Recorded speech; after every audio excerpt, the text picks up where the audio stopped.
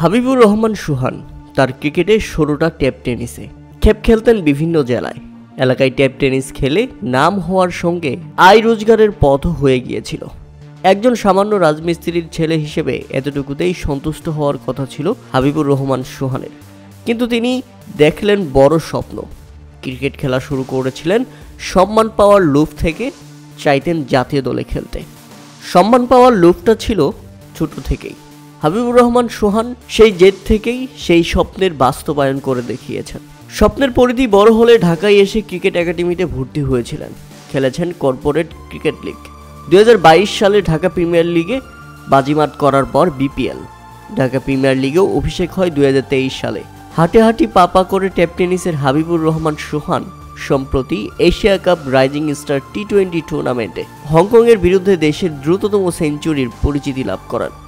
Asia কাপে ভালো খেলার পুরস্কার পেলেন বিপিএলও। বিপিএল নিলাম থেকে 50 লাখ টাকায় তাকে দলে ফিরিয়েছেন নোয়াখালী এক্সপ্রেস।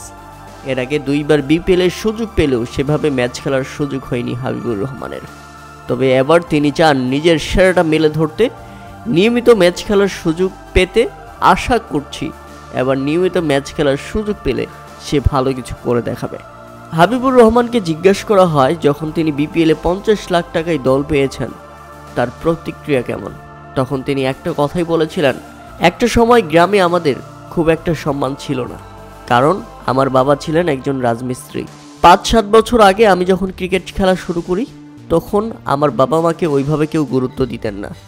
এখন আল্লাহর রহমতে সবাই আমাদের অনেক দাম দেন, সম্মান করেন।